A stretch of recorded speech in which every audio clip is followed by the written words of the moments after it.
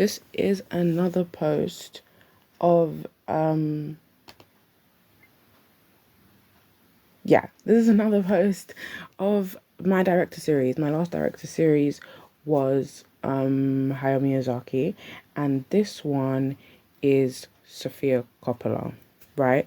I think beforehand though, and I think actually no, I'll do it throughout recording actually, but I was meant to still look into Sophia's films a bit more. I've obviously watched three in total, which is why that's what I say about my director series. I think it's really important that in doing a director series, you have to be able to have at least some kind of knowledge, and you have to also, you have to also have enough knowledge just to say like what films this person has done. But I'm saying it's not like you can like just talk about a director when you haven't seen enough of their work. Of course, it's like I was saying this. I think no, I didn't say it in the Hayao Miyazaki one actually, because I think with Hayao Miyazaki I said that I have watched a lot of his work, so it was like for him, like in doing his video also, I mean the video on him, I mean it was easier because I am well versed in his films. I would say so because I've watched a lot of them.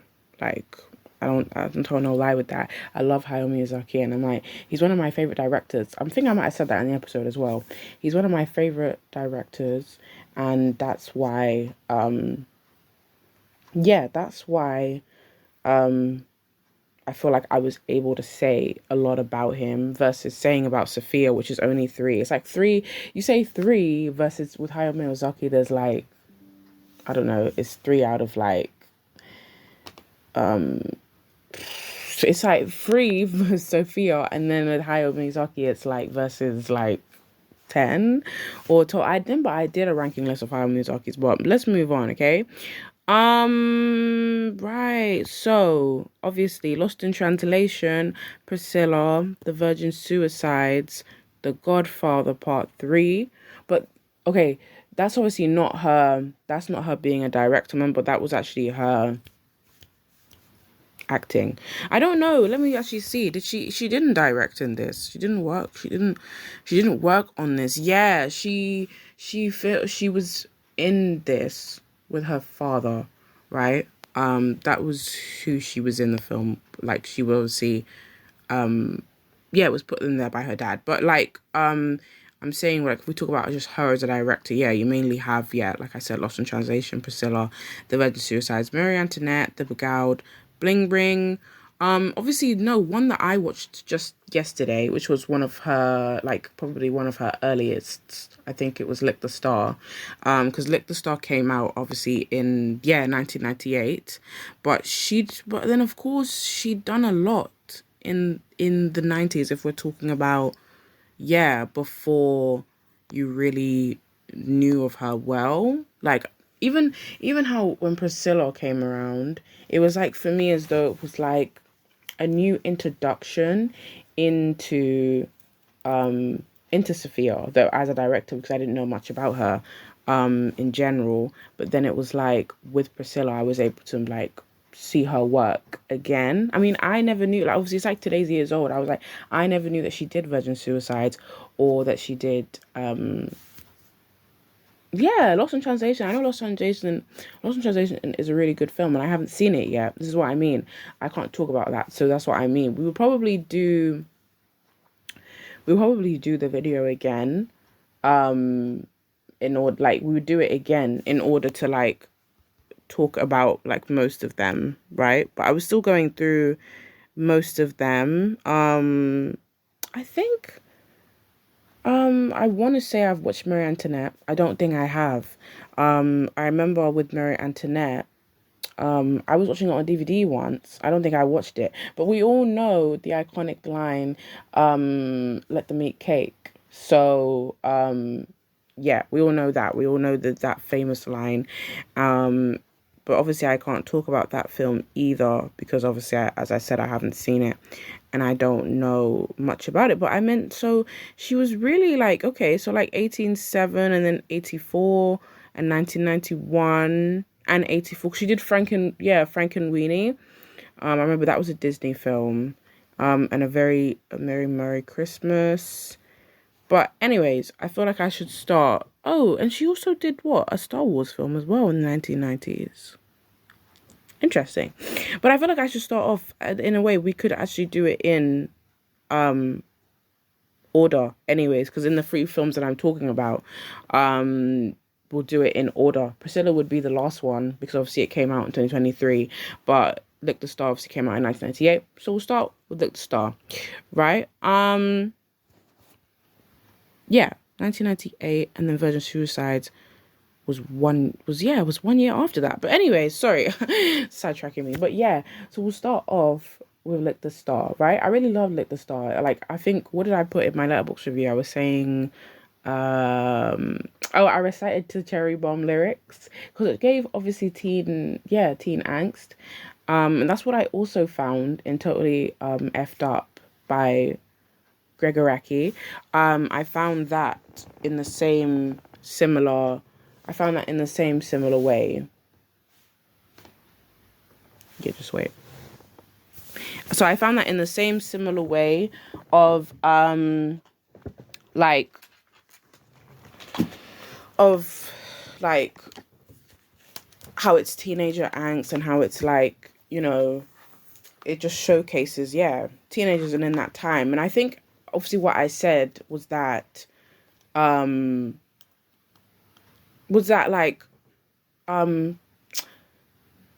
Lick the Star is like an insight into before Virgin Suicides, and that's what it shows me, because I feel like it was the Kickstarter, right? And that Sofia Coppola usually does, like, yeah, she likes to showcase girlhood in the same exact way. You could obviously say that even with Priscilla, even though Priscilla's a real life person, but it's still her wanting to focus. I always say words funny sometimes, guys, but like it's her wanting to focus on the idea of girlhood and that kind of stuff. I needed to check this post that I saw about Sophia as well. I saved it to my Instagram folders, I think. So I need to just check that.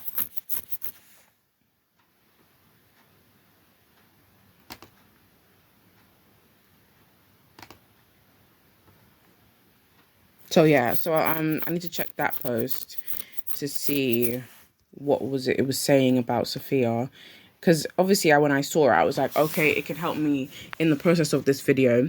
That's why I was like, I need to look back on it again.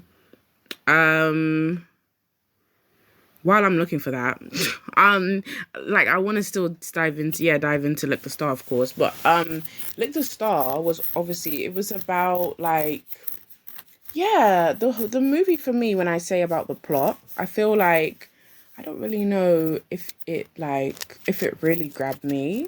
I meant like the plot, I mean, everything else did, because I love like how it feels in Virgin Suicides as well. And I'm obviously saying that Lick the Star and Virgin Suicides have lots of similarities in common, just because it's like it's a group of four. So I just mean, and then even I guess in Virgin Suicides, that's sisters versus friends, but like it's still the same thing. Right, okay, this was the thing that I saw on Instagram. This said, I once read an interview with Sofia Coppola where this is from Antlers Sign. I once read an interview with Sofia Coppola where she said that her goal in making the Virgin Suicides was to create something artful for teenage girls, to defy the stereotypes that girls, their interests, and their aesthetics are vapid. Made in 1999, Miss Coppola was widely ahead of her time in recognizing that teenage girls are the true tastemakers of society. Without teenage girls, we'd have never known about Elvis, the Beatles, or One Direction. And nepotism is a plague on this earth, but Hollywood managed to get it right once. And yeah, I mean, it's pretty valid. I do think, yes, the way that she does showcase women is very pivotal. But then, of course, she's a woman, female director, so she's able, yeah, to do it like firsthand. But I think, like, obviously when I did the Hayao Miyazaki one, I do think that Hayao Miyazaki, he handles women in such a good way as well. I don't feel like, all directors don't really always have that. They don't always have that, sensitive touch. They don't always able to like do a film like with a good brush, and they're not fragile with it. They're not careful. It's what I thought about Marilyn Monroe's Blonde, but I don't want to get into that because I'm going to get irate.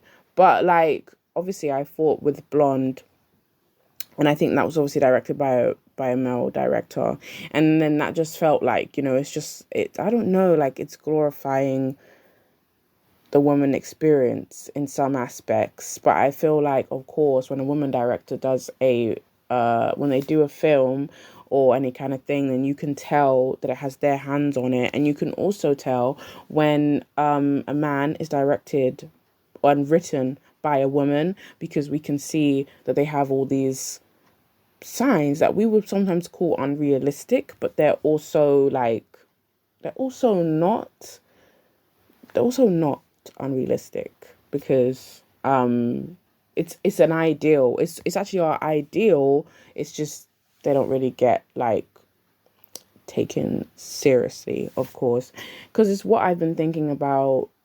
When Life Gives You Tangerines, and all of that. I've been thinking about that because I'm saying like how Grant Sick in the show, he's obviously like, he seems like the type of guy that would be written by a woman, because he has everything. He has everything that a woman looks for in a man. The way to like be on their side, reassure them, all the things that you ask for people, for all the things you ask for to a man in a relationship. But anyways, back to Lick the Star. Also, because obviously, let me check also about what the synopsis says for Lick the Star, because I always like doing that, because I'm always like, I want to know if like my synopsis is the same. So right, so Kate has been absent from high school for a week due to a broken foot. Upon returning, she learns her clique of girlfriends have decided a secret plan with arsenic, codenamed Lick the Star, that aims to make the boys weak. So yeah, this is what I'm saying. So this is what I mean. But I don't think after watching it that I really grasped. I literally watched it yesterday. I don't really think that I like that the whole idea or the arsenic thing really grabbed me. Like, I don't think that aspect. I think I'm more focused on the idea of like clicks and like all that kind of stuff, because I thought about loads of films that made me think about Lick the Star, which was like, I was thinking of Ghost World, and I was thinking of The Craft, and I was thinking about just like all these type of films that showcase like women in groups and like also being in school. So it's like, for me, when it's like, oh, Lick the Star, I didn't really think about more so about how the Lick the Star is supposed to be about it's an arsenic contain, like obviously codenamed Lick the Star, that aims to make the boys weak. And that obviously, I know that in the film, I don't really know like exactly what happens. The thing is also, Lick the Star's also a short, so I think that's also why, like, maybe it's harder to. I mean, I love shorts because I think I'm writing a article about short films or movie, so I think what I was saying about this was that like, I was saying that like shorts are good if you have a short attention span, which is what I was looking for.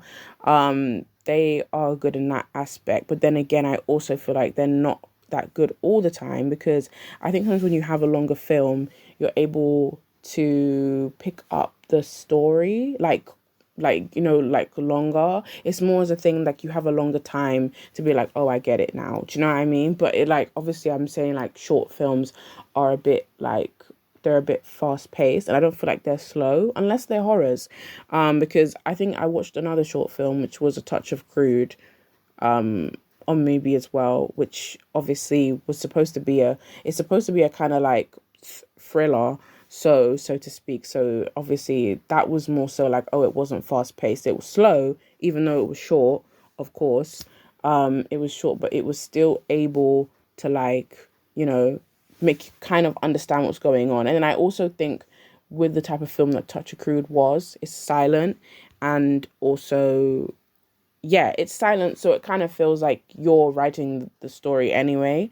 So I think it's a different kind of thing. But I think with Lick the Star, I was a bit like, yeah, I was a bit confused because, of course, I think I was just focusing on the aspect of them all being in school and that kind of stuff. Like, it's like in the idea you're making it like I look like it makes me sound like I'm saying it's super glossy, and I'm looking at it in a glossy aspect rather than like, oh, what the story is actually about. I gave it a 5, of course. I literally always do that all the time anyway. So this, even when I'm explaining it to you guys, it shouldn't shy you away. For me, how I rate on Letterboxd is that I'm always giving 5s when I feel like a film has like grabbed me in the way that, like, I don't know, like it just has everything else that ticks the box rather than me understanding the plot. Like, I guess I want to tick the box in terms of like the cinematography, and I want to tick the box in like some of the actors' performances. So I look for those kinds of check, like on the checklist, those boxes, rather than looking like, oh, did I understand the film? It's like, no, I love doing that. Like when I'm having a discussion with someone about a film and they ask me, did you get it? And I'm like, no, but it was great though. Like, I think for films, it's actually all about sometimes the experience rather than if you completely understood it, and if it really like meant anything. Like, this is what I mean. I feel like Lick the Star is that kind of film, if that makes sense. It's just that kind of film that, like, like, it's an experience. It's not really like, oh, I get what it was about. Like, if that, even reading the synopsis now, and it says, oh, the arsenic was to make the boys weak, I didn't really see that in the film. I thought the boys seemed to be just like how they usually are on those type of films that showcase boys at school, when they're usually quite rowdy and all that kind of stuff, because that was literally what was happening in the film. Like, there was the main girl who was kind of like the queen bee, and then obviously one of the guys were like, oh, like, I think it's something about her knickers, or I don't know, but like it was something like that. And then that bit was like, yeah, that made me just feel like, oh, that's just them acting like normally. I don't even think that was when they didn't even come up with the arsenic then. I don't think. No, they didn't come up with the arsenic then. But like, that's what I'm saying. I think with the Star, I liked the whole more that it was vintage and that it was old, and that like it was probably one of Sophia's, like, I don't know, it isn't one of her first, I meant, because it wasn't, like, when I checked now, as you heard, it was like it wasn't one of her first. It was just like one of the earlies. And obviously I think that's quite remarkable, because it's like she's come a long way. And then when you think about it, so versus Look the Star versus the Virgin Suicides. Virgin Suicides is more glossy than that also, I mean. And when I say actually though that Virgin Suicide, because I already used the word glossy, but when I say that Virgin Suicides is more glossy, I mean because Lick the Stars in black and white, and then like Virgin Suicides is in color. So it's more like, it's more wow factor, even though I did like the black and whiteness in Lick the Star, because I feel like it was necessary for the film. Okay. But yeah, let's move on to the Virgin Suicides, of course, which is obviously so she makes this film 1 year, or it comes out 1 year after Lick the Star, so it comes out in 1999. And obviously they say that Virgin Suicides is a romance slash thriller, as we know. I mean, of course. It's crazy. Like, this film for me, like, of course it's memorable. I feel like it would be memorable for all of us.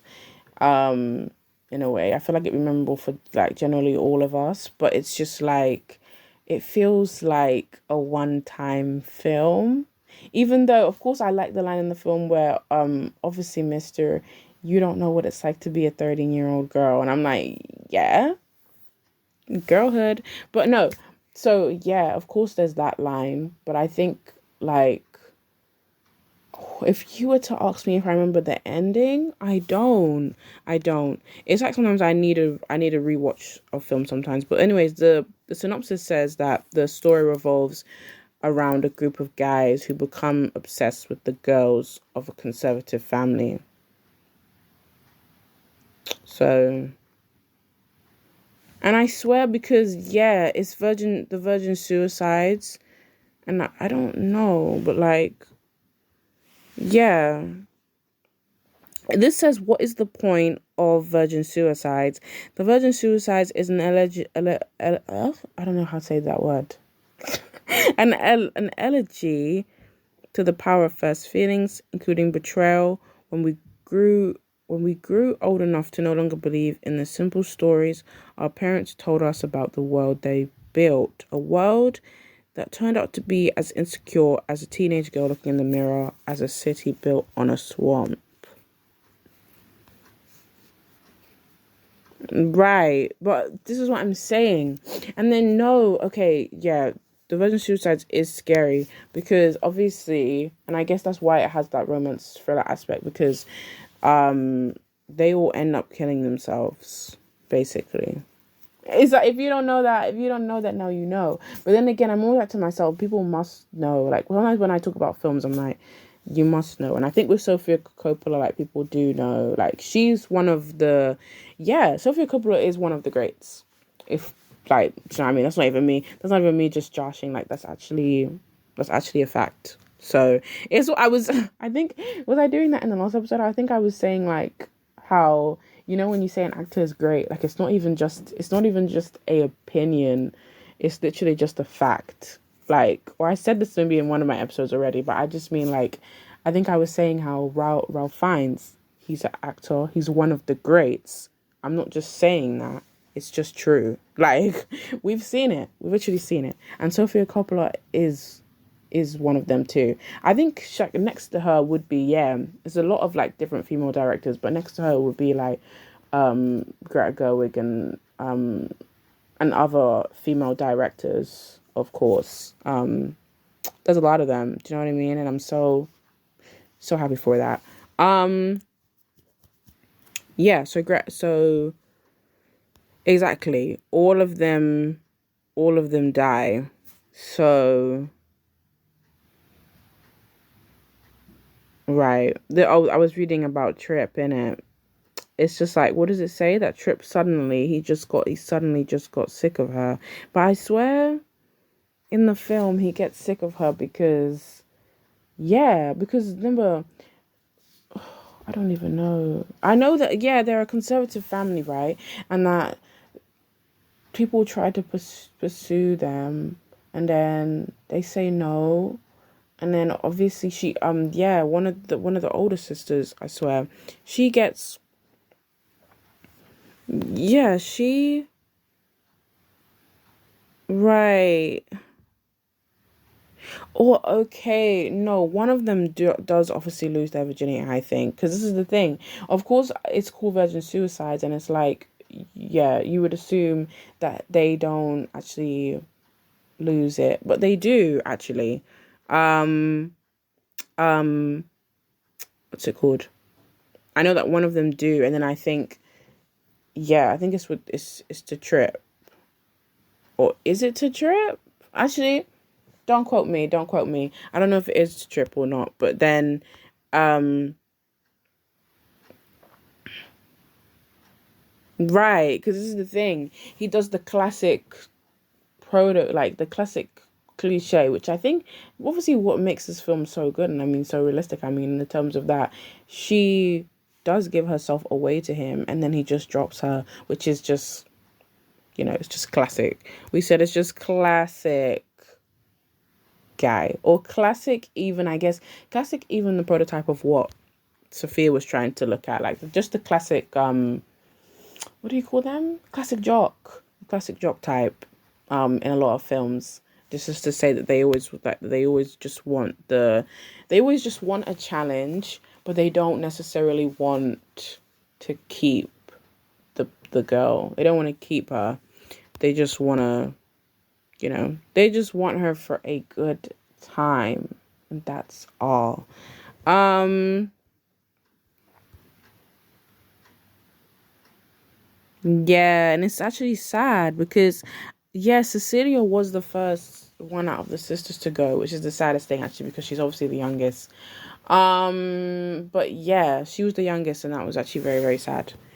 But hey, the Virgin Suicides is great. I think everybody should watch Virgin Suicides. It's obviously a 15, and yeah, I kind of want to move on because I want to talk about Priscilla now. I want to talk about Priscilla. And then Priscilla came. See, actually, guys, they do actually say that people also search for ghost worlds as well in it. I don't want to actually no. I was gonna talk about Ghost World, but no, we're talking about Sophia, so I don't want to jump over. Do you know what I mean? I'm always doing that. Literally, my podcasts do not follow scripts. It feels like whenever I do them, I'm just jumping through hoops. I'm just literally talking about everything. But I don't think that's a bad thing. I don't think that's a bad thing. I think to have a film TV podcast like this, it's like of course you'd go through hoops because you're not even zooming on one like you're not even like zooming on one kind of media actually. You're focusing on two. So it's like of course you're going to jump through lots of different hoops and like relate other films to other films and do all of that kind of stuff, which is why that's what I said about Lick the Star. Lick the Star is similar to Ghost World, which came out in 2001, and follows Enid and Rebecca. So I mean, if you know what I mean, I mentioned Ghost World. If you want to research that, look further into that, you can, but let me go back to talking about or I'm moving on to moving on to Priscilla, sorry. But yeah, Priscilla, oof. And to believe Priscilla only came out 2 years ago, right?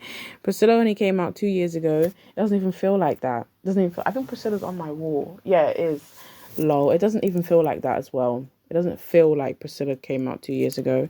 It feels like it came out like just, I don't even know, like it's just one of those films. I haven't forgot it since I watched it. And then the thing is, right, when I want to talk about Priscilla now, yeah, Priscilla's just a great biopic. It's crazy. It's like it's one of the great biopics in a world full of bad biopics. Read that again. Sit with that one again because it's true. Like I can't believe Priscilla is so good. And I know we know why Priscilla's a good movie. So yeah. Yeah, but and I feel like, you know, when you think about how Sofia Coppola did this film, and I'm like, she's the only person who could have done it. And I meant she's the only person who could have done it and done it justice because, yeah. Do you think, because we're like to ourselves, do you think if a man was to have handled Priscilla, he would have, I don't know, he would have had, like, asked the real Priscilla to help? Doubt it. I really do doubt it. I don't think so. I think that would have happened. I generally think that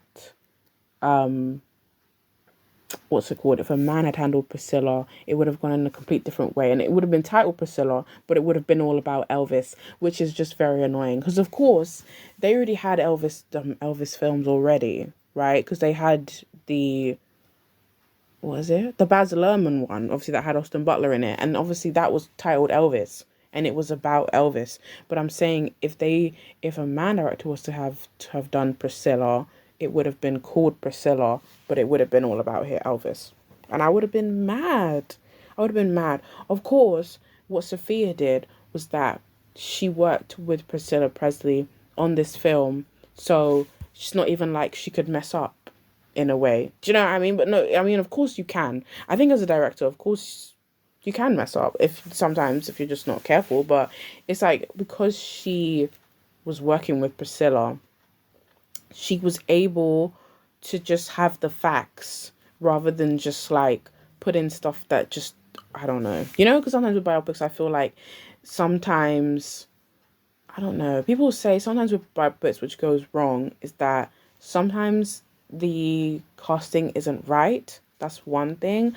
Another thing is like the glorification of trauma when they scrutinize on that a bit too tough.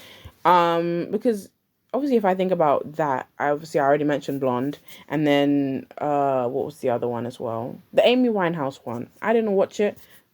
I will not be watching it. Like you'd have to, I don't know, someone would have to pay me to watch that film generally. And literally, if I would need to be paid because I can't do it. Generally, I can't do it. Because it's just like, it's just too difficult. And I think people also say they don't like the Bohemian Rhapsody biopic as well, which is all fair. I did like it, but I understand if people didn't, because I think people were saying, well, they didn't. I mean, I thought Rami Malek looked like Freddie, but you know what I mean. Like, we don't even need to get in that, actually. I keep thinking I want to do a episode about biopics, but I also don't, because biopics are just one of those things. There's such a hit and miss. That's what I'm saying. Such a hit and miss. But with Priscilla, do you know what I mean? It did not miss. It did not miss. Because even looking at the wall print right now, yeah, it did not miss. And I think, like, yeah, Kaylee Spenny, she captured Priscilla, right? And then I guess she captured her as, like, she has obviously the innocent look, which was what Priscilla was. Priscilla was very innocent, and she came across Elvis, and then, do you know what I mean? And it just ended up like being a kerfuffle. The whole thing that I remember about Priscilla, and when I went to go and see it, and it stayed with me ever since I watched it, was that, like, yeah, Elvis was crazy. And that's the thing. I don't think we really ever do talk about that very much, and that he was abusive. It's like I listen to Elvis's music, and I'm like, he doesn't make bad music, but he's also not a good guy. So I don't know. And I always say, like, if we're on the subject of cancel culture, I always think to myself, like, it's only important to cancel people when they're actually, like, alive. That might be a controversial opinion, but that's literally just how I see it. Like, of course you can have your views, but I just always think it's important, because that person can only be cancelled if they are here, and then they get to serve time. We would love that, but that's what I'm saying. And I think, yeah, that would have been great if Elvis did. I mean, isn't it that, sorry, I should check that, by the way, because Elvis met, when did Elvis meet Priscilla? But I just want to know at what, fine, that's what I mean. I wanted to know at what age, guys. Google's weird. So it says on September 13, 1959, 14-year-old Priscilla met 24-year-old Elvis at his party in Bad Newham. Her presence is said to have made Elvis seem awkward and embarrassed. However, he composed himself by the end of the evening. Hold on though. No, I already knew this, actually, because obviously that's what they show in the film. But so he's supposed to be 24 and she's 14. And then, yeah, and then he did start to date her he dated her at 14. Interesting. Because, sometimes when you think about people dating people with big age gaps, you assume that they'll date that person when they really come of age. And it's like, it's still an age gap nonetheless, but we're like, it doesn't really look that bad if I guess you date them when they're like, I don't know, 18 or something like that. But hey ho, obviously that's not the case in this scenario, because what was it, their age difference wasn't a problem for Elvis, who he thought he could mold Priscilla into his idol woman. Okay. And then at first Priscilla accepted Elvis's influence. As she grew older, she began to seek more control of her life. Yeah, which is exactly what they show in the film anyways. Do you know what I mean? Because it's like, she dates him for a while, and then she kind of like, yeah, branches into her own, basically. And that's basically what happens in the film. So, she kind of just grows out like a flower, and then she's just done with him basically. And I think I was curious to know. I think did they only had one child. They only had one child. Um, I think so. I do think that they did only have one kid. Yeah, exactly. They actually only had one child, and then I swear Lisa's not even. Yeah, she's not even alive. It's very very sad. She died on the 12th of January, 2023. And I know that yeah, she is the mother. She's the mother of Riley Coe, who is Daisy from Daisy Jones and the Six. I was like, wait, but no, yes, Daisy Jones and the Six. But yeah, it's crazy. But I've always thought, when you just lose kids and it's like, I don't know, you never expect to like, I don't know, for your kids to die before you. Basically, you expect to outlive outlive your children. So yeah, you expect to outlive your children. But hey ho, because like yeah, I mean you don't expect to like no, yeah, sorry, as parents. Oh, sorry, you want your kids to outlive you. That's what I mean. I was getting myself confused. But you want your kids to outlive you versus them dying before you. That's what I'm saying. That's what you want. So you can go through everything with them. You can see all their life stones. Life stones? Yeah, yeah, they're life stones. They're no milestones. So the important moments in their life, you want to be able to see those. And then do you know what I mean? Then go peacefully, I suppose. But it must be crazy for that. Priscilla had Lisa. Lisa isn't alive anymore. But yeah. The thing that I just obviously really wanted to more say about Priscilla was that, yeah, the thing that just stood out to me about biopic was that Priscilla was involved in it. And, and another thing, of course, was that Jacob Elordi sold me as Elvis. He sold me as him. Yeah. But I don't want to make it into, because I've spoke about this before, but I don't want to make it into some kind of competition where like what's it called where but no, I said I didn't want to make it into a contest, because I think for me, I hate putting actors against each other. Like I think like that's not fair, because I think that's just how, I guess that's how, like, I don't know, like industries work. Do you know what I mean? People will say, "Oh, who's a better writer? Who's a better singer?" Do you know what I mean? All of that stuff. And I think, but I don't ever like those kind of like competition stuff, because I think like we're all trying to excel at what we're good at. Sorry, I just needed to wipe the screen. It's gonna be me just stroking your face, but no. So we're all just trying to, yeah, we're all just trying to what's it called?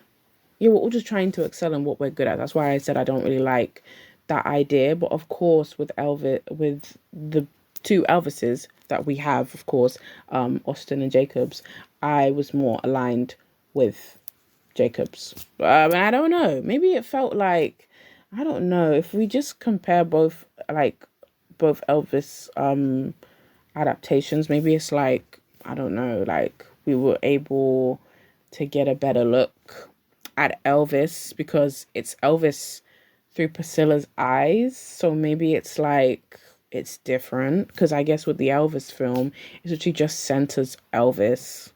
And so I guess it's like you're just looking at Elvis, and you're looking at, like, I feel like when I think about Baz Luhrmann's Elvis, I think about like how it made Elvis look like he was all I don't know, what's that word they say? Like full of life, like he was all of that, but then he was also grim as well. So it's a bit like the film was very like melancholy as well, but I don't really feel like Jacob's Elvis was like that. if that makes sense. But that's what I'm saying. I think it's probably all about perspective, and I think of how Priscilla's film is Elvis through her eyes, and the Elvis film is literally just Elvis by himself. So I think that's what the difference is. Also, I will say one last thing about Priscilla is that it had very good music, and I fell in love with the song Forever by the Little Dippers. And yeah, that was really good. That song was really, really good. And I remember when I went to see Priscilla in the cinemas, actually, I was late. And then it was like, I think, but I didn't miss much actually. I think I only missed like 5 minutes or something like that. I didn't miss barely anything because I think when I came in there, it was still, yeah, it still might have been the intro. And I love that intro, by the way. That's another thing. This is why Sofia Coppola's films are just great. Like it was a great intro because obviously you have Priscilla doing her eyelashes in the mirror, and then and okay, that's also what I love about Priscilla actually. You know Priscilla before she meets Elvis, during she's with Elvis, and then after when she's not. Do you know what I mean? That's very striking because it's like she goes through so many different stages of growth, but then she's growing as a, this is what I mean, she's growing as a woman because she obviously starts out as a child with him. She's obviously 14, and then she's just evolving like throughout the relationship, and I think that's very important. And I just think that that's how Sofia chose to show it because she knows that's what we needed to see. Do you know what I mean? She knows that's how it needed to work.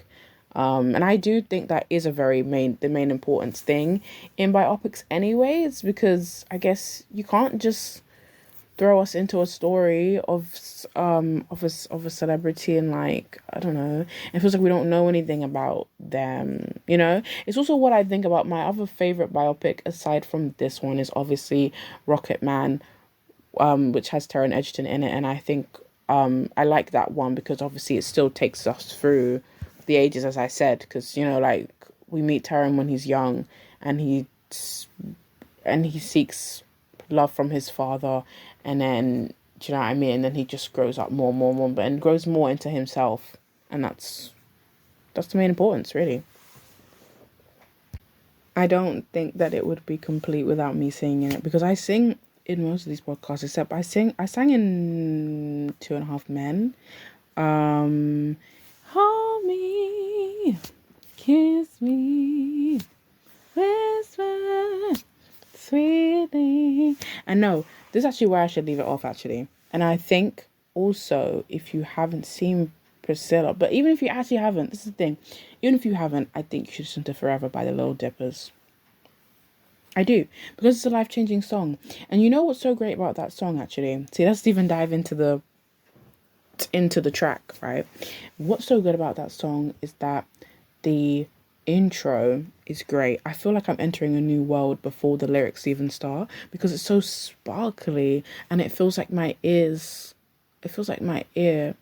is having a dance and that's feeling something. But yeah, anyways, to wrap up, that was me talking about the Sofia films I've seen. I don't know. The thing is, right, this is what I'm saying. I said it in this episode actually that maybe I want to maybe do another Sofia episode because I need to watch Lost in Translation. And I've been meaning to, because Lost in Translation obviously features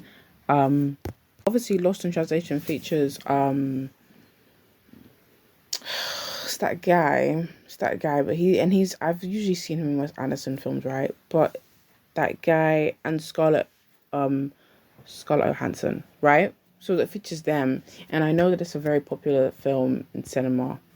Do you know the honest truth though, guys?